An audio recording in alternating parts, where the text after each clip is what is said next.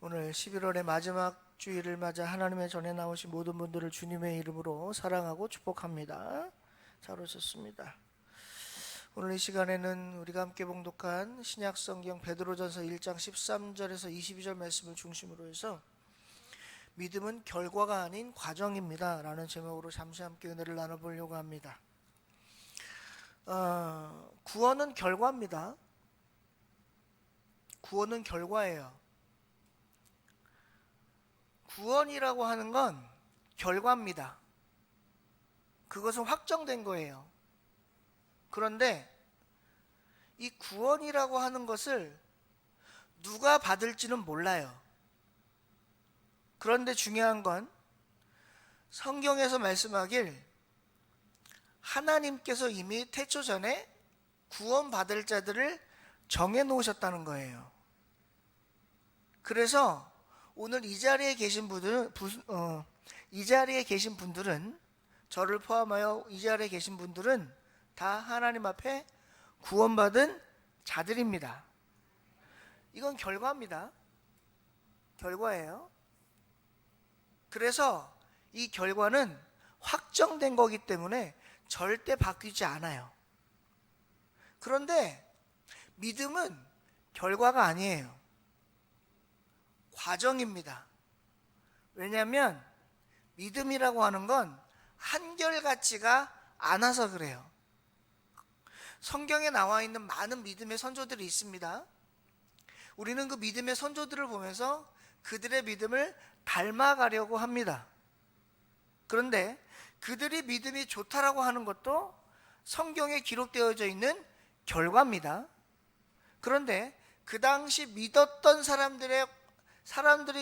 그 당시 믿었던 사람들의 상황으로 돌아가 보면 그들의 입장에서는 결과가 아닙니다. 과정이에요. 과정에는 좋은 것도 있고 나쁜 것도 있고 기쁨도 있고 슬픔도 있고 성공도 있고 슬픔도 있습니다. 실패도 있습니다. 그러니까 그런 과정들을 겪어서 나중에 나온 결과물이 성경에 기록되어져서 우리가 보고 있는 거예요. 저와 여러분들이 가고 있는 신앙의 길은 아직 과정입니다. 결과가 아니에요. 그래서 우리는 이 과정을 잘 가야 됩니다. 존 버년이 쓴 철로 역정이라고 하는 책이 있습니다. 이 철로 역정이라고 하는 책의 내용이 뭐냐면 천국으로 하는 과정을 쭉 나열을 해놓은 거예요. 한 주인공이 천국으로 가는데 평안히 가지를 않아요. 많은 역경들이 있습니다. 유혹도 있어요. 시험도 있습니다. 어려움도 있어요. 고통도 있습니다. 그런데 결과적으로 그것들을 다 지나고 견디고 이기고 승리해서 천국까지 갔다가 그 존 버년이라는 사람이 쓴 철로 역정의 결과입니다. 결론이에요. 그래서 그 책을 통해서 우리가 감동받고 은혜받고 깨닫는 건 천국은 정해져 있으니 결과고 확정된 거니 우리가 이 세상에서 살면서 모든 어려움들을 이기고 나가서 천국에 도달하자라고 하는 게 철로 역정의 결론입니다. 그런데 이 철로 역정도 천국은 결과지만 가는 그 길은 뭐예요? 과정이에요. 그러니까 우리가 살아가는 모든 일들이 현재 천국으로 가기 위한 과정들이라는 거예요. 따라서 우리는 이 과정을 잘 가야 되는 겁니다. 그러면 여기서 우리 한 가지 생각해볼, 고민해볼 문제가 있어요. 천국은 확정됐습니다. 구원은 확정된 거예요. 그리고 구원 받을 사람도 정해져 있습니다. 그런데 제가 아까 뭐라 그랬냐면 누가 구원 받을지를 몰라요. 요한복음 3장 16절에 뭐라고 되어 있냐면 우리가 다 알아요. 하나님이 세상을 이처럼 사랑하사 독생자를 주셨으니 이는 그를 믿는 자마다 멸망하지 않고 영생을 얻는다 그랬습니다. 여러분, 여기서 믿는 자라고 하는 거는요, 영어로 풀이를 해보면 모든 사람이 아니에요. 믿는 자라고 하는 건 모든 사람이 구원받는 게 아니에요. 믿는 그 사람이 구원받는 거예요. 그래서 에브리바디가 아니라 애니바디입니다. 어떤 사람들은 이 성경을 오역을 해서 성경은, 하나님은 이 세상에, 지구상에 있는, 지금은 몇 억이나 있는지 모르겠는데 한 80억 정도라고 예상을 하고, 80억 모든 인간들이 다 구원받기를 원하신다고 얘기하는 사람들이 있어요? 아니에요. 아닙니다. 구원받을 사람은 정해져 있고, 그리고 그 구원받은 사람은 반드시 누구를 통해서만 구원받느냐? 예수님을 통해서만 구원받아요.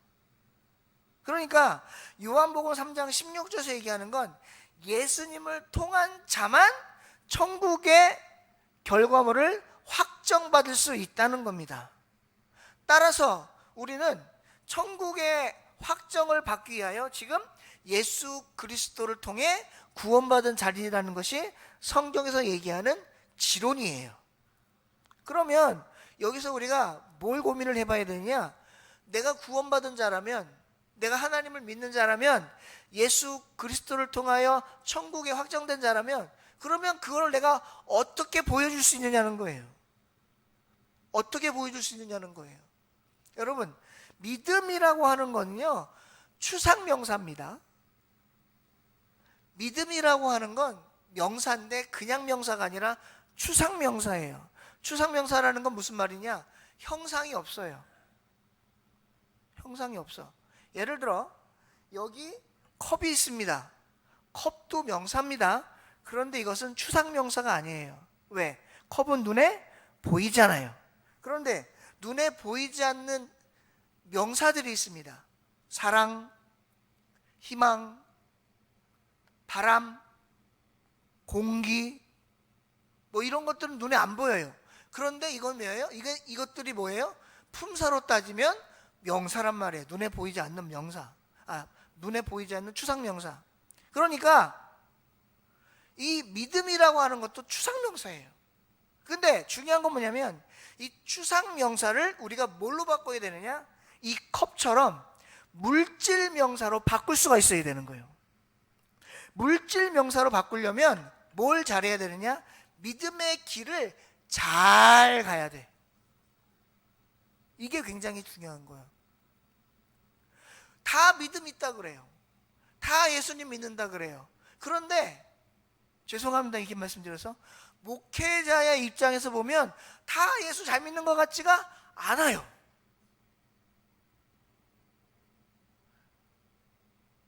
대한민국뿐만 아니라 전 세계에 크리스찬이라고 하는 사람들이 약 28억 명 있습니다. 28억 명 있어요. 그런데 그 28억 명이 다 믿음을 가지고 있대요. 다 구원 받을 거래요.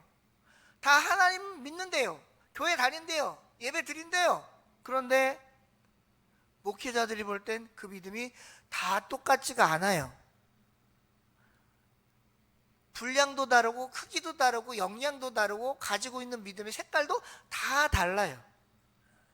그래서 우리는 내가 가지고 있는 믿음이 하나님 보시기에 정확하게 드러나기 위해서는 과정을 잘 가야 돼요.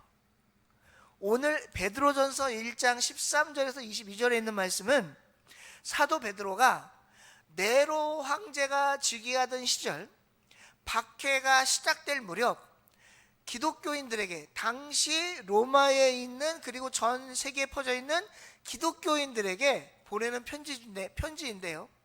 이 편지 안에 들어가 있는 내용은 뭐냐면, 너희들이 세상이 힘들고 강팍하고 핍박이 오고 고난이 오고 삶의 어려움이 오고 믿음을 지킬 상황이 점점 어려워질지라도 너희들이 가지고 있는 믿음의 색깔을 절대 변해서는 안 된다는 거예요.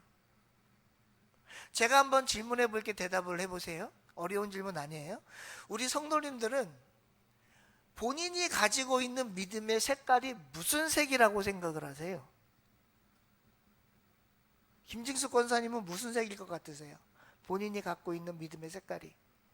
빨간색, 파란색, 노란색, 초록색, 보라색, 갈색, 모르겠죠. 우리 최용훈 피택 안수 집사님이 가지고 계신 믿음의 색깔은 어떤 색깔일까요?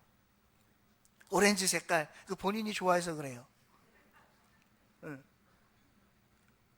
근데 틀린 말도 아니야. 왜냐하면 솔직히 말씀드릴게요. 여러분, 우리가 가지고 있는 믿음이라고 하는 거는요, 우리가 정해놓은 색깔이 없어요. 그런데 중요한 건 뭐냐면 하나님이 정해놓은 색깔은 있는 것 같아요. 근데 저도 모르겠어요, 그 색깔이 뭔지는. 근데 한 가지는 확실해요. 하나님은 그 색깔로 내 믿음을 측정하고 있다는 거예요. 여러분, 믿음의 색깔이 진해진다라고 하는 말은 어떤 의미냐면 내 믿음이 잘 지켜지고 있다라는 거예요. 우리 흔히 사람들에게 이런 말 자주 하는 거 들어보셨을 거예요. 저 사람 좀 변했어. 저 사람 좀 달라졌어. 이런 말을 자주 쓰시잖아요. 여기에는 두 가지 의미가 있어요.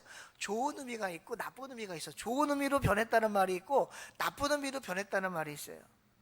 좋은 의미로 변했다는 것은 본인, 그 사람이 가지고 있던 색깔이 더, 그 사람이 가지고 있던 색깔이 더 진해졌다는 거예요. 근데 나쁜 의미로 변했다는 건 그 사람이 가지고 있던 색깔이 바뀌었다는 거예요. 여러분, 제가 전에 이런 말씀 드린 적이 있어요. 믿음이요, 성장해야 돼요. 성숙해야 됩니다. 이거를 뭐라고 표현하냐면 변화라고 얘기를 해요. 변화는 좋은 겁니다. 저는 소나무를 키워보지 않아서 모르겠는데 소나무가 굉장히 비싸대요. 그런데 소나무가요, 잘만 길들여서 키워놓으면 아주 예쁜 모양으로 변화된답니다. 그런데요, 변질은 달라요. 변질은 뭐냐? 뿌리부터 완전히 바뀐 거예요. 사랑하는 우리 성도 여러분, 믿음의 변화는 있을지언정 믿음의 변질이 되지 마시기를 주님의 이름으로 축원드립니다. 그래서 오늘 베드로 사도가 이 편지를 쓴 거예요. 당시 박해 때문에 믿음을 가지고 있던 많은 사람들이 지금 뭐 하는 거예요? 믿음을 변화시키는 게 아니라 변질시키려고 하니까 지금 얘기를 하는 거예요. 오늘 우리가 가지고 있는 믿음의 색깔을 하나님이 보실 때 더 진하고 아름답고 또렷하게 가지고 가는 이 과정을 잘 가져가려면 오늘 성경은 우리들에게 믿음의 과정 중에 몇 가지가 필요하다고 가르쳐주고 있는 거예요. 그 첫 번째가 뭐냐? 오늘 성경에 보니까 15절에 이렇게 얘기해요. 오직 너희를 부르신 거룩한 이처럼 너희도 모든 행실에 거룩한 자가 되라. 그러면서 16절에 이렇게 말씀합니다. 기록되었을 때 내가 거룩하니 너희도 거룩할지어다 하셨느니라. 즉 사도 베드로는 당시 네로 황제에 있을 시대에 박해가 시작될 무렵에 기독교인들에게 뭘 얘기하느냐? 거룩성을 강조하는 거예요. 여러분, 거룩이라고 하는 단어는 레위기에서 굉장히 중요한 주제입니다. 히브리 말로 거룩은 어떤 의미가 있느냐? 구별되었다, 분리되었다, 나뉘었다, 이런 의미가 있어요. 구분되었다. 그러니까 우리가 세상에서 같이 살아가지만, 믿는 자와 믿지 않는 자가 같이 살아가지만 그 안에서 우리는 그들과 분리되고 구별되고 구분되고 나뉘어야 할 필요가 있다는 거예요. 왜? 세상은 죄악의 세상이니까, 죄가 만연하니까. 우리가 예수님을 믿고 믿음을 가지고 있다 손 치더라도 여전히 저와 여러분은 불완전한 사람들이고 죄인의 멍에를 쓰고 있기 때문에 이 거룩이라고 하는 독특성, 하나님께서 우리에게 주신 독특성을 가지고 가지 않으면 우리의 믿음이 변질되기가 쉽다라는 거예요. 그래서 레위기에서는 특별히 이 레위기에서 이 단어가 5번, 그러니까 거룩이라는 단어가 5번 반복이 돼요. 레위기 11장 44절, 그다음에 9절, 그다음에 2절, 20절, 7절, 26절 이렇게. 그러니까 레위기 11장에 5번이나 이게 나온다는 거예요. 그만큼 뭐예요? 중요하다는 거예요. 우리에게 이 거룩이라고 하는 단어가. 그래서 오늘 베드로 사도는 당시 기독교인들에게 너희들이 믿음이 하나님 보시기에 색깔이 변하지 않고 믿음의 과정을 잘 가려면 첫 번째 뭐다? 거룩성을 유지하라는 거예요. 거룩성.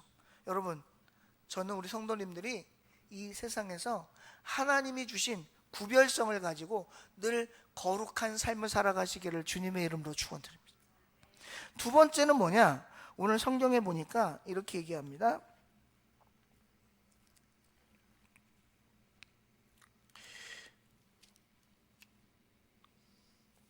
22절, 너희가 진리를 순종함으로 너희 영혼을 깨끗하게 하여 거짓이 없이 형제를 사랑하기에 이르렀으니 마음으로 뜨겁게 서로 사랑하라. 즉 뭐냐? 진리에 순종하라는 겁니다. 우리가 믿음의 과정을 잘 가려면 진리에 순종할 수 있어야 돼요. 여러분, 진리가 뭐예요? 진실된 이치가 진리예요.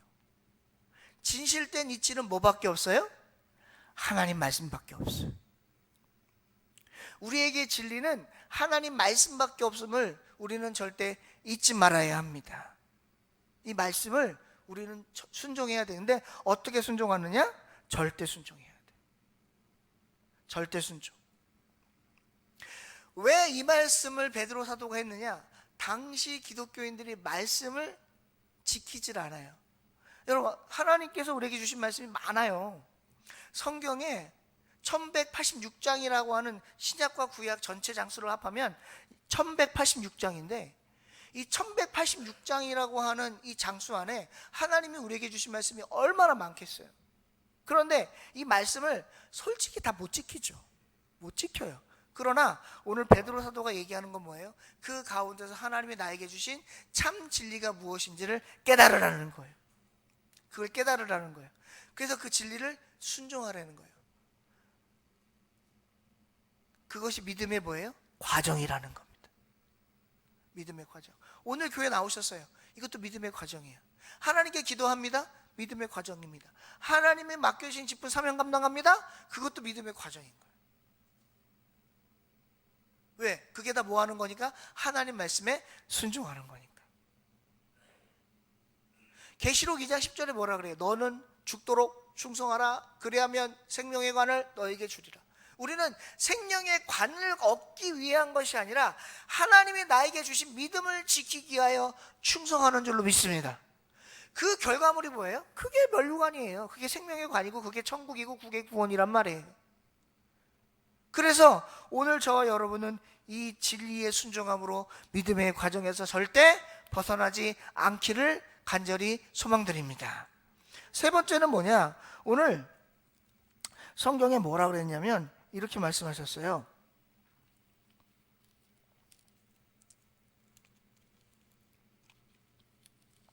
하나님 말씀을 기억하려는 거예요. 하나님 말씀을.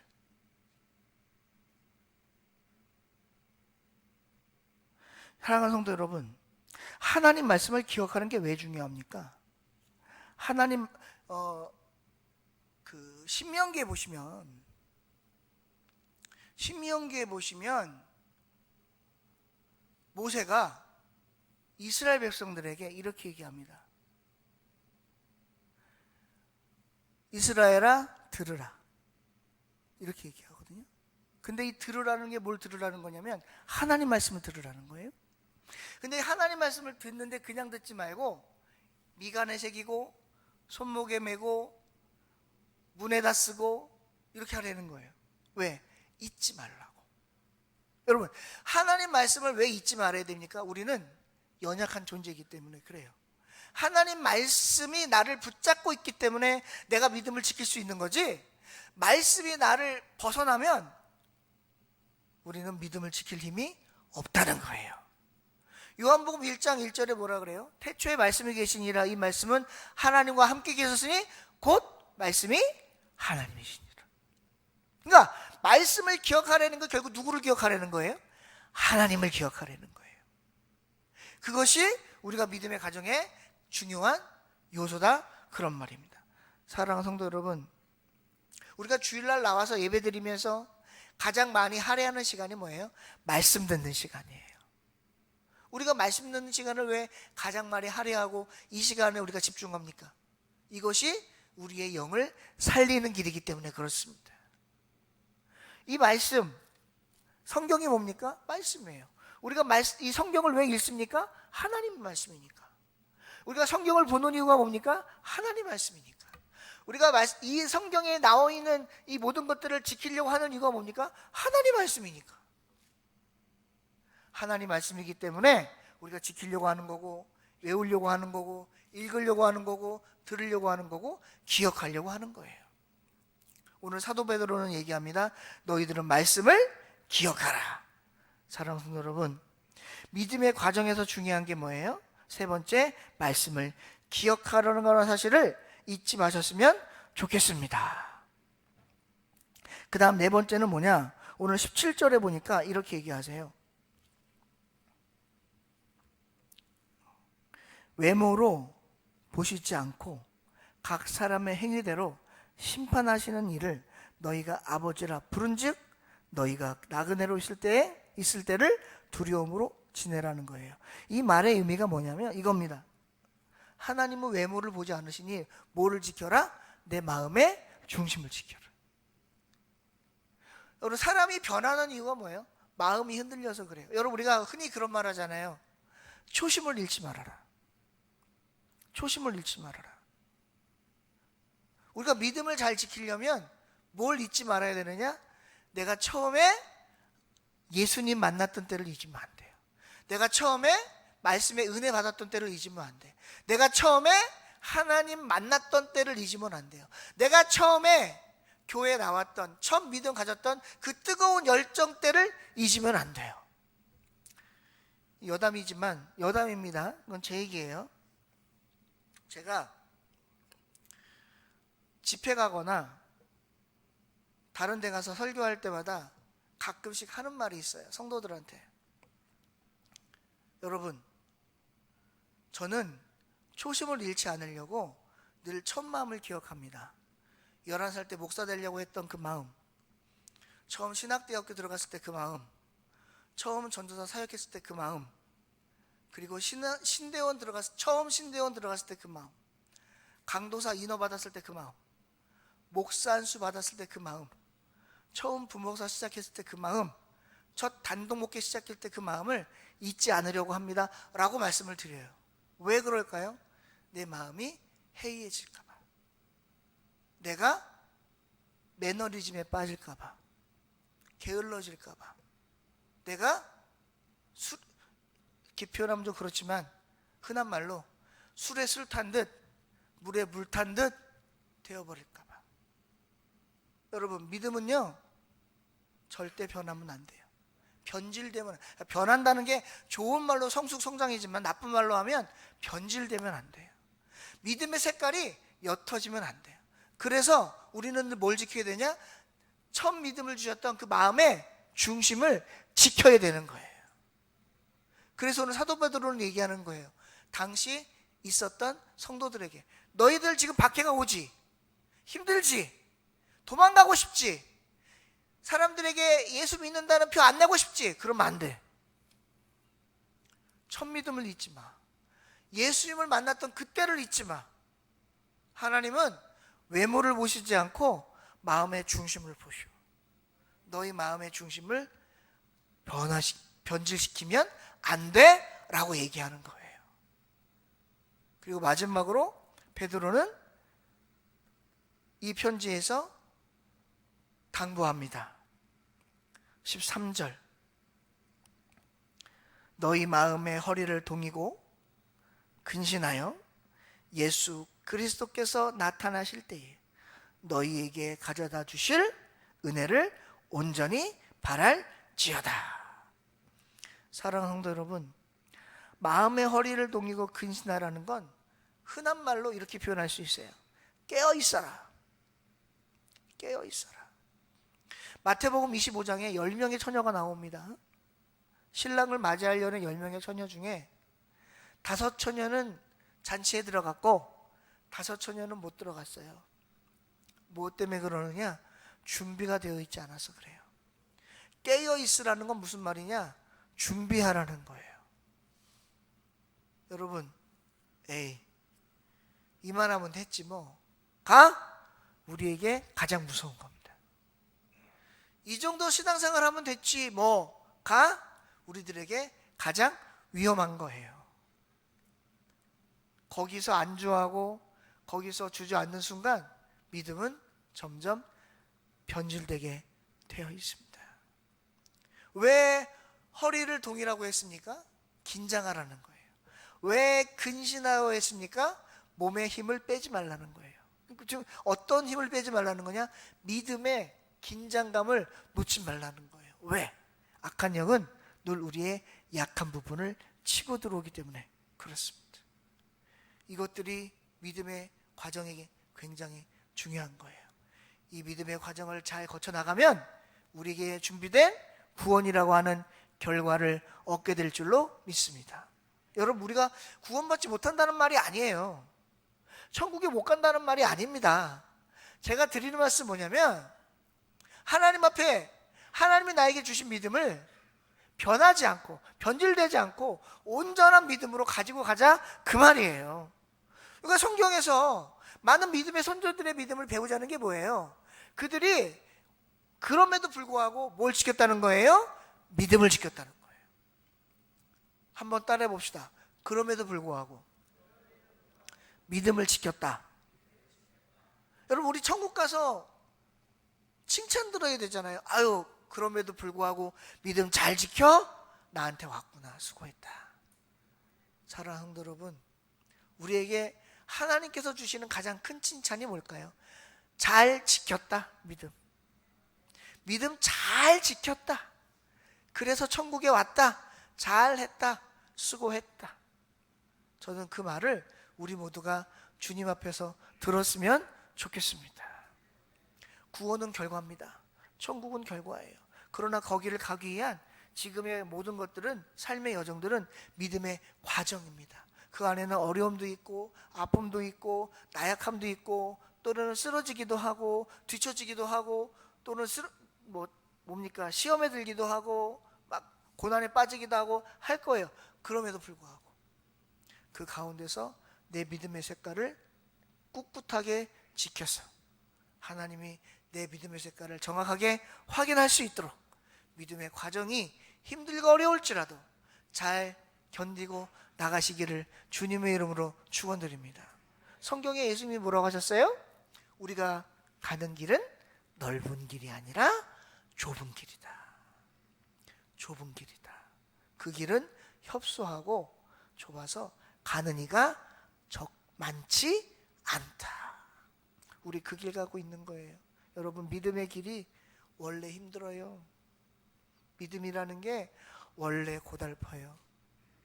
믿음이라는 게 원래 슬프고 아프고 고통스러운 거예요. 그러나 우린 그러잖아요. 그 한자성어 고사저 중에 그런 거 있잖아요. 고진감래라고. 쓴 것이 다하면 단 것이 오잖아요. 믿음에 쓴 것이 다하면 구원에 단 것이 우리에게 올 줄로 믿습니다. 믿음의 과정들을 잘 지키셔서 하나님이 주시는 천국의 확정함과 결과를 기쁨으로 맞이하게 되는 저와 오늘 나오신 성도님들 되시기를 주님의 이름으로 축원드립니다. 기도하겠습니다. 하나님, 믿음은 과정이 아닌 결과라는 제목으로 잠시 함께 말씀을 나눴습니다. 주신 말씀 속에서 받은 은혜 잊지 않게 하시고 우리가 믿음을 잘 지킬 수 있도록 하나님 성령으로 인도하여 주시옵소서. 부족한 점 말씀 전할 때 잘못 전한 말씀 있으면 용서하여 주시고 감사드리고 예수님의 이름으로 기도하옵나이다. 아멘.